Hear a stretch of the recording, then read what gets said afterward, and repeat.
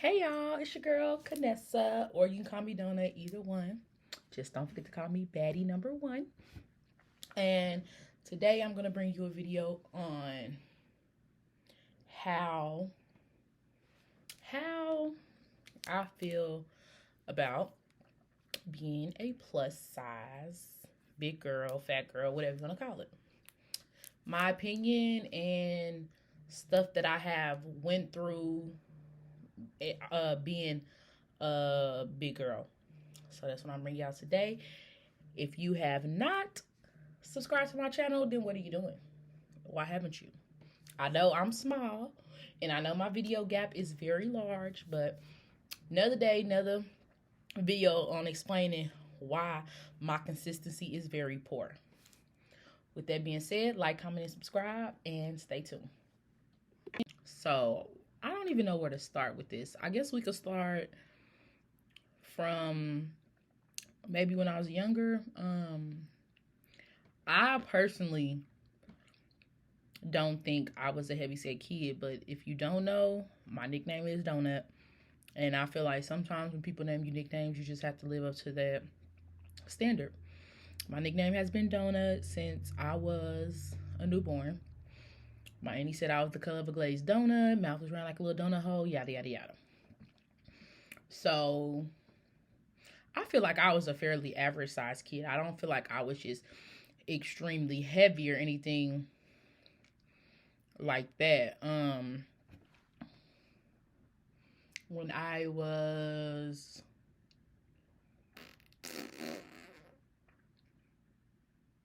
I want to say 3, I went to a beauty pageant. Miss Black, it's called Miss Black Tulsa, and my cousins were competing in that. And this is just a story I was told. And when I went home that night, they said they found me doing crunches, and they asked me what I was doing. I said I wanted to be smaller like those girls on the show. I mean, in the pageant, which was my cousins. But again, I was an average sized kid. I'm very, very short. My dad's 6'5", and my mom's 5'2". So you would think we would average. My height would average out, but it doesn't. I'm 5 feet. Depends where I go. I'm 5 feet and a half. So I'm about well over 200 pounds. So you can only imagine that I look like a butterball. So when I think when I got to be like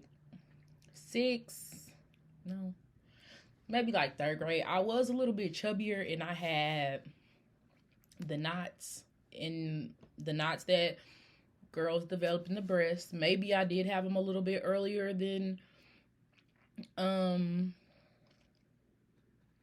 most girls, but who knew? So that was 8. I didn't really see no drastic change in my weight, and probably until high school, maybe middle school. Like, my boobs were really big. I used to be a 44. That's big around. That's very big. The average size woman is about a 38. So around, I'm a 44. So they can kind of give you the gist of how big I am.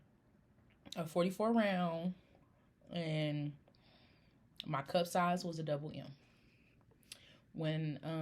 So you really couldn't tell how big I actually was. Back fat, you could tell from the back. Flat butt. Boobs stuck out so far. That was that was a number one insecurity for me. I did not like having big boobs. When you're in school, middle school is really when my boobs really got big, and people trying to touch them because they big, and boys was perverts in school. I'm gonna say it. So that was like one of my biggest insecurities, on top of being heavier because of just the people. And that is not a booger, that's my nose ring. Just See if I can push it up. Just from the peers around me, my sister was when she was my age, well, younger. She was heavier until she had my nephew, and then she slimmed down a lot. I I don't know where the big people came from, but like I said, my daddy's 6'5", so he is a big guy. So maybe that's what it was. Maybe I was meant to be. Well, I wasn't meant to be because God made me the way I'm meant to be, but maybe that had a lot to do with it. Maybe thought I was gonna get taller. I don't know. So yeah, I was heavier than most kids in middle school, but I don't think I was just big now that I'm looking back like what I am now. So I had that was a big problem for me, like having big breasts on top of being a heavier set girl compared to, my peers. Everybody else was smaller. So I'm hearing you fat, you this, Big Bertha, Tubaloid, all of that. Excuse me. So, then when I was 14, we moved to Texas. And that's when I started seeing like a lot of girls that were bigger, like big girls. Because where I'm from, it really wasn't that many big girls. Not that at least that I went to school with. I did go to a lot of predominantly white schools, so that could have played a big part in it too. But being big back then was really like shunned upon. So yeah, so about when I was 14 in Texas, and when they say everything is bigger in Texas, that's true. It was a lot of heavier girls, thicker girls, smaller girls, but in Texas, a lot of those men like the bigger figured women. So it wasn't that bad. It wasn't as bad, and I didn't have to hear it as much like I was heavier. Then I had a friend, and she was smaller than me, but she had never like brought that to my attention like I was just heavier. Like she just always be like, well, we can, if this is really what you want to do, we can work out, we can do this, we can do that, but life was hard for me when I lived in Texas. So whatever. Then we get to, I think I was my freshman year in high school when I lived in Houston, and we met it was my uncle's, somebody my uncle knew, and we were introduced to them, and they were all big girls. So they made me feel like, a lot better about myself, because I did not have the confidence that I have now. Like, I could even say 5 years ago, I didn't have the confidence that I have now. It definitely was, I definitely had to build myself up. But when they're being bigger girls, they made me feel a lot comfortable. It's like, it's going to be okay. Everything's all right. We'll figure it out. We'll work out. If it's a big deal for you. Because my cousin, she was younger than me. She was heavier. But my other cousin, she wasn't. But, they made it work. And they were a good little family. So they would start helping me, work on my self-esteem, like making sure my hair stayed done, making sure I stayed looking nice at school, because that was a big thing for me. Like, I grew up not having very much, which makes me the person I am today, which I wouldn't change it for the world, because I'm very humble. I know where I come from, and I know how hard it is, so I don't try to point no flaws out to anybody. And that's the reason why people like, you got all this stuff and all of this. Is because I didn't have nothing. I didn't have shoes. I didn't have clothes growing up. Where my camera go blank? So yeah. So then 10th grade, I left Houston to come back to where I'm from, which is Tulsa, Oklahoma, and I went to school. It's called Nathan Hale. Whew. It lived up to the meanings of his name. So I met a group of friends. It was funny because I met two sets group of friends. I had one set of friends, and they were all fat. And then I had another group of friends, and they were smaller. And it was okay. I mean, we were in high school, but I still would hear like people calling me big and all of that. But the biggest thing was my breast. Like, damn, I would hear, damn, you got some big ass titties, or damn, your titties is big. And I hated that. Like, that shit would just stress me out. Like, I hated hearing that. But that was the main thing for me. Like, my breasts were a big insecurity for me. So I pretty much heard that growing up. And then, that was the main reason why, like, back in high school, people would try to talk to me, like, guys, I want to, let me see. Like, we in high school, like, what? I mean, I know people do what they do in high school, but I wasn't into none of that. 10th grade, 11th grade, 12th grade. I'm trying to think. College, same thing. I used to always wear shirts like this, t-shirts, or button up. I would never really wear clothes.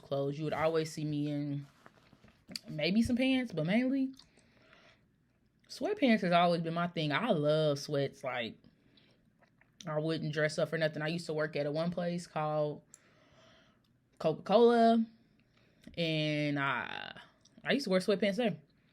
Sweatpants, everything. So back in when I was 22, my mentor, which, Lord, she's a blessing. She's been a blessing in my life.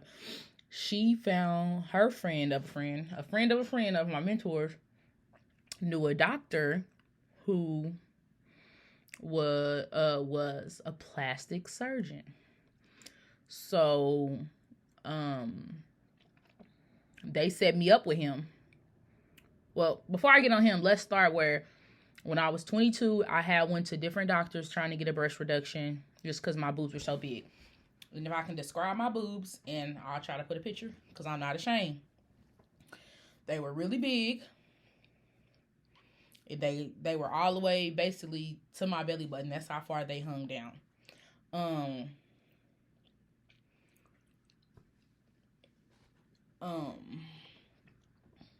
So I didn't like that. I was very insecure. I wouldn't take my shirt off in front of nobody. I didn't care. That, on top of having big breasts, it was my belly. Like, I want to say the first time that I started developing stretch marks on my stomach was when I was in the 7th grade. So I guess that's really when the weight started coming on. So 22, I went to this lady doctor. I'm a friend of the family. She went and got a breast reduction, and they gave her one, no problem. When I went, she told me I need to lose 50 or more pounds.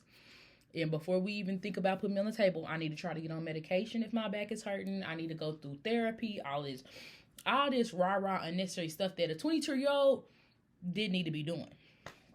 So maybe like a week or so later, I went to the appointment, and his name is, for anybody in, I think his name was Dr. in Tulsa, Dr. Mathers.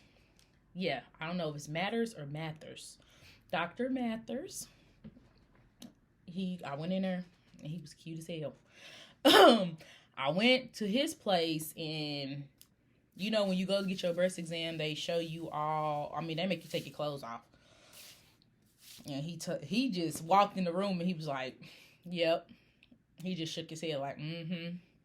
So he examined and he touched, and he said, he left out the room and came back, and he said, this is what I'm going to do. I'm going to have, this is such and such. He introduced me to his woman, the insurance lady. I don't know what they call them in the office. And she was the one who was going to talk to the insurance, fight for me to get my breast reduction.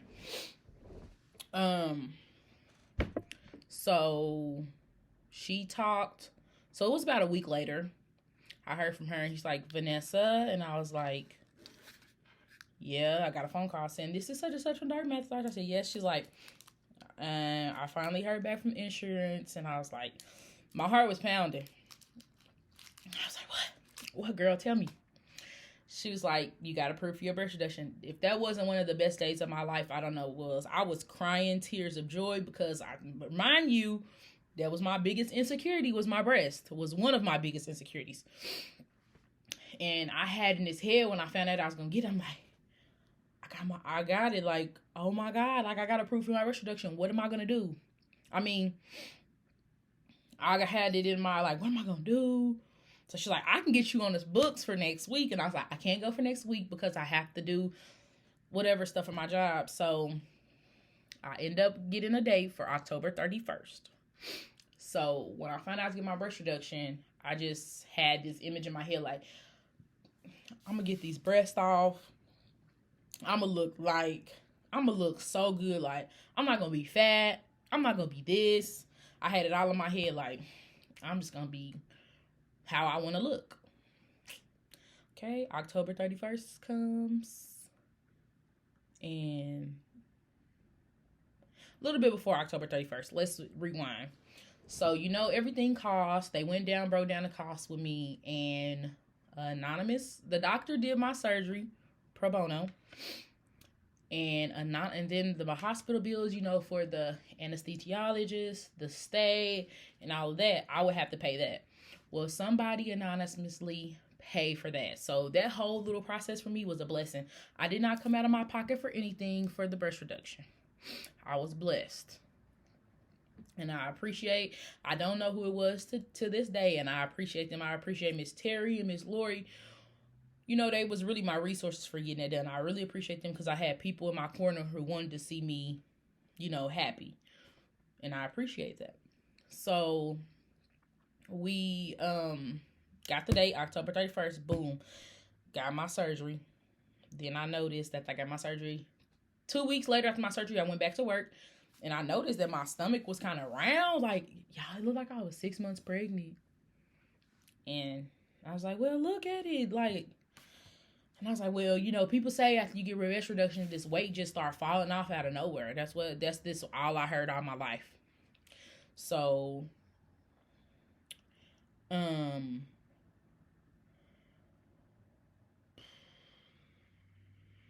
brain fart. So got the breast reduction.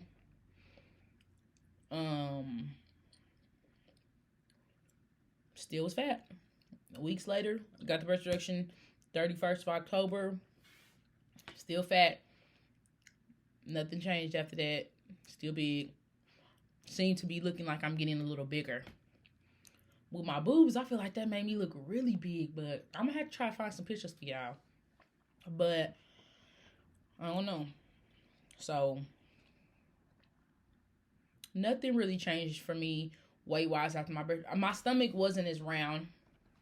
I became a little bit more confident as far as what I wear. Like, I wasn't t-shirt bound. Like, I wasn't button-up bound. I could wear a little more stuff, but I didn't know how to dress. I didn't know how to put stuff together, and then the confidence wasn't there. The one thing about being a big girl is the confidence has to be there. If the confidence lacks, it's not gonna work for you. So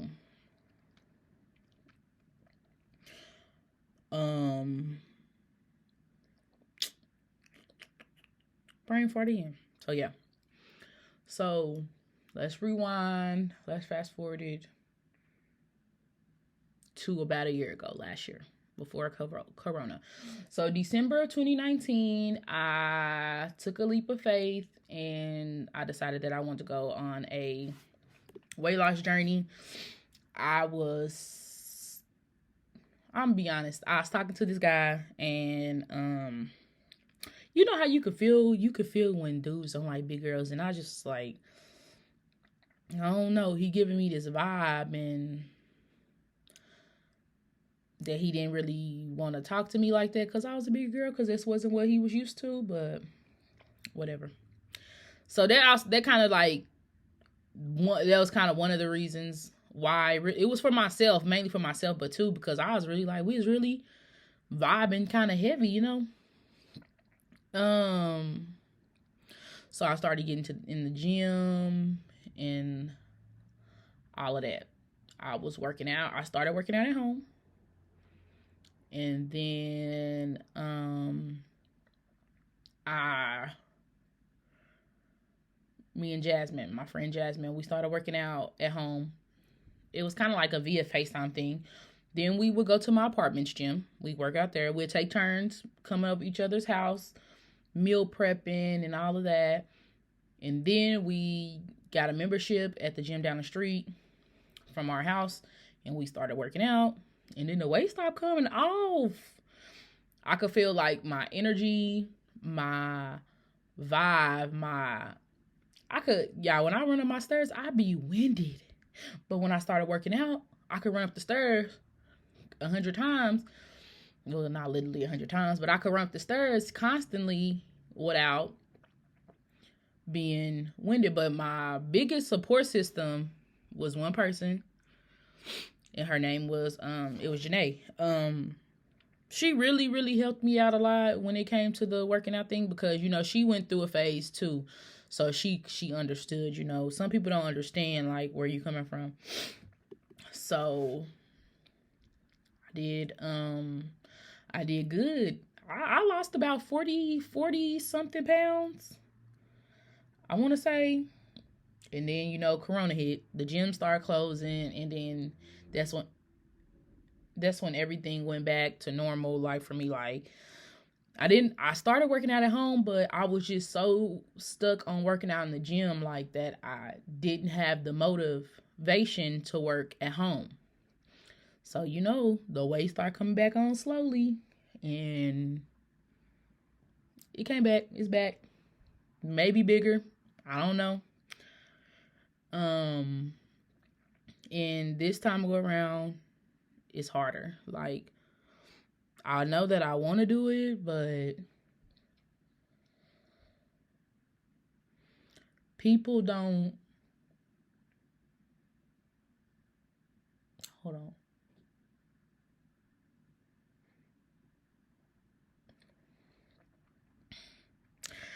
I'm trying not to cry. Hold on.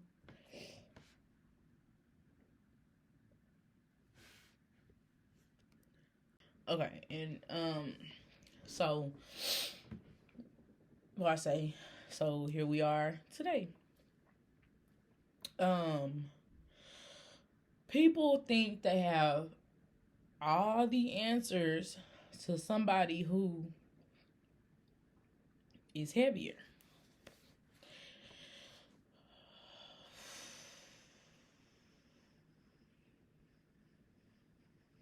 And they don't. You can work out, change your diet, change this, change that. It's not that easy. Like, I don't know if it's because I'm bored, I'm hungry, or I just like to eat. I don't know. I do want it, but it's easier said than done. It's hard to get started and being consistent. Even with this YouTube stuff, it is so hard and it's so overwhelming to be consistent and all of that. Like, the lack of support, I don't have none of that. But I know it's not about support. It's all about doing it yourself. But I don't care who you are. Everybody needs somebody that believes in them. It doesn't matter who you are or anything like that. All my life, I always heard how heavy I was. Every time my daddy called, he always got something to say about my weight. Every time I speak with my mom, she always got something to say about my weight. Like, I don't want to hear that. That's the last thing I want to hear is, let me get myself together, Lord. That's the last thing I want to hear. When I was a kid, my grandma, you fat this, you fat that. Then I have it. Then I have my niece. She's 13. No, she's older than that. How old is she? She'll be 15 in a couple days. And my grandma, calling her fat. And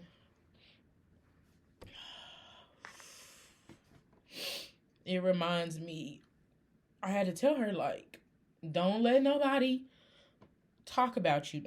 I don't care who it is.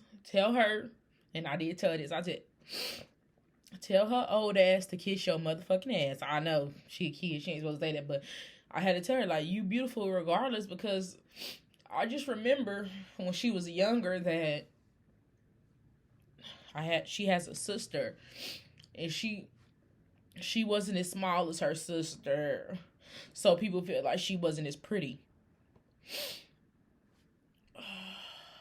And that always bothered me with my niece, just for the simple fact that as adults, and it was grown family members telling her that she was not pretty because she looked like this, or because her hair wasn't longer than my other nieces.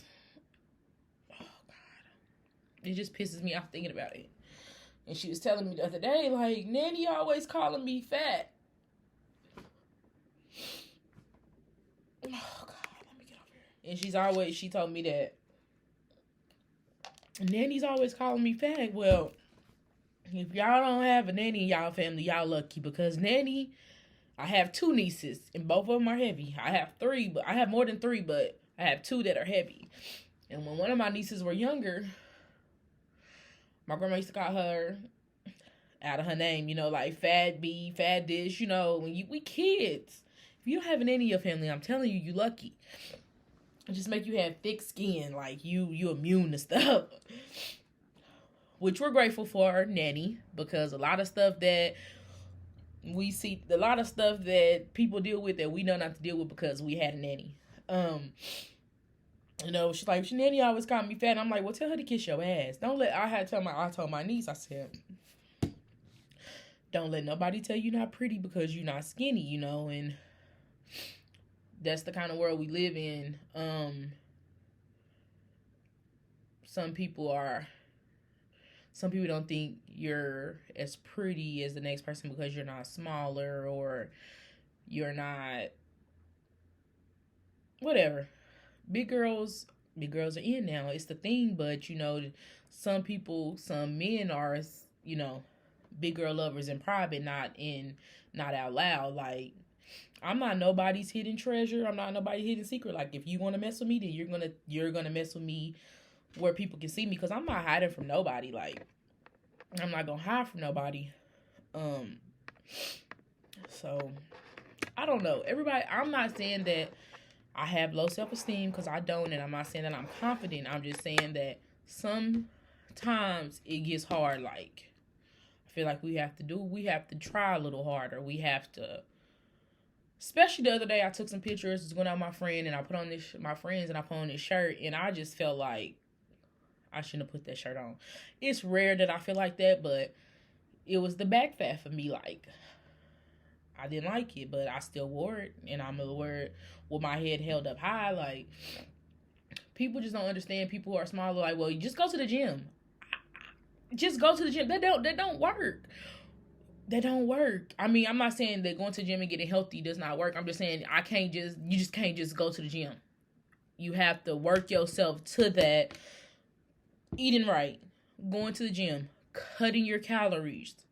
I mean, my story isn't as bad as the next person's, and I'm not saying that it is, but some people who are heavier have really been through stuff. Mine ain't that bad, thank God for that. But so people are, like, when people get high, they get high to, take away the pain. So when people eat, they're eating to take away the pain. I'm not saying that's my reason for eating. One of my problems is I like snacks. My mama kept a lot of snacks in the house when we were kids, so I never had to ask. My mama had all the little Debbie snacks. We never had. I mean, we were on food stamps, so I never had to ask. My mama cooked. My mom know how to cook a lot of different foods, so I mean, I had all the resources there, like, but that wasn't my mom. Me being heavy wasn't my mom's main prerogative. So, you know, she wasn't thinking, or when I was staying with Gabrielle, that wasn't her main prerogative, because I mean, I could do what I want. I had all the resources to eat. I didn't have to wait or ask somebody to fix me something to eat, because I knew that I was gonna get told, you better go fix it your damn self. And then I remember one time I was staying with my sister, and I was 9 years old, and she had a boyfriend. My siblings are far from me. The age I am now, my sister was taking care of me when I was like 8. I mean, she might have been a little bit younger. Yeah, she was a little bit younger, because we're 12, and my brother and I are 12 and 13 years apart.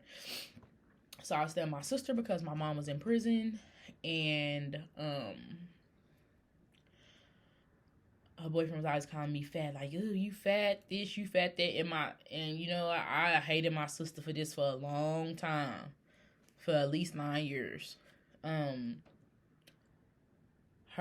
She was going right along with her boyfriend, calling me fat.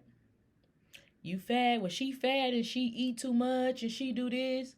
Well, at the time in my life, the time that I had to go stay with my sister, we had a significant loss in, I'm not even going to say the family. I'm going to say it was a friend of the family, well, my mom. So, and she was taking care of me, and she passed away. And I really didn't get to see my family that much when I stayed with her. And that probably was some of the best times for me, some of my family, because I come from a toxic ass family.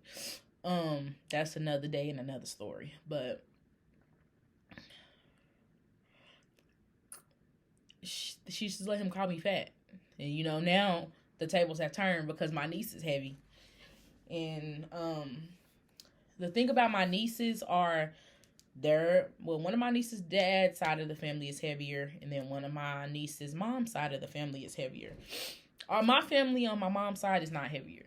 So it's in their genes.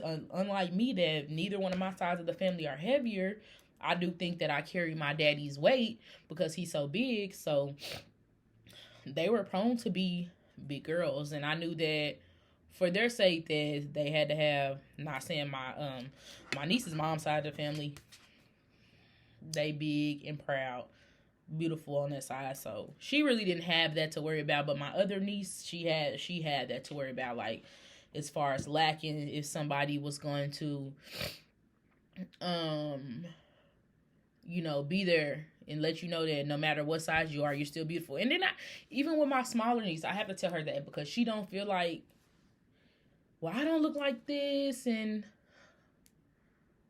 I'm like, you're still beautiful no matter what you look like. And that's what we got to tell our kids, but especially the kids that are a little heavy. And I see people calling their kids fat all the time, and that kind of bothers me. Like, you calling your kids fat? Like, only because I heard that all my life that I was fat, and then I look back and I really wasn't fat, and now I'm fat. I didn't understand it, but I don't know. But again, I'm not saying that I'm not confident, because you know I'm gonna wear a crop top in a minute. I'm gonna wear my stomach out in a minute. Wear these rolls out in a minute. But it's a challenge. It's challenging because you always got somebody always have an opinion about what you look like and what you eat and what you should and should not do. But that's not how it works. It's easier said than done. 1, you gotta want it. 2, consistency. Consistency has to be the hardest thing, and that's my word for this year. Is consistency. Manifesting and consistency. Manifesting, consistency. You know, People always says, well, you can get surgery. I was so blessed to have an opportunity to travel while working, and that really changed my life significantly. And I'm so thankful for that. I'm so grateful. Where people are like, well, you got all that money, you can afford to get a BBL. I don't want one. I really could afford it. Like, that's the easy way out, and I'm not a quitter. Like, I don't want the easy way out, because just because I get the BBL, that's not gonna change my eating habits. That's not gonna change the way I feel about myself. If you're not confident about yourself before the surgery, then how are you expect to be confident after the surgery? Because again, I told y'all, I had that breast reduction. I thought I was gonna be this whole different person, and I wasn't. I was still fat. Maybe last year, the year before last, is when I started letting my boobs out. Like, I would not dare share as much boobs as I do. Like, the other day, I had that shirt on, and it just covered up my nipple part, and then the rest of my boobs was out. But with that being said, that's how I feel. And I do love myself. I don't feel like I'm less of a person. I don't feel like I should be treated any different kind of way because I'm heavier. I don't feel like I just don't feel no type of way. I don't know. It just depends on you. Like, I'm definitely gonna change that. So with that being another thing, with that being said, that me and my homeboy are doing a challenge. It started on Monday. Whoever loses the most weight by July 26th gets $150. So we gonna see how that go. So again, April 12th to July 26th. So whoever loses the most weight gets $150. I'm gonna post this video. We're gonna be able to look back on it. Go see my face now. Maybe to be slimmer, maybe. But remember, the word is manifest and consistency. Thank you for tuning in. Don't forget to like, comment, and subscribe. Toodles.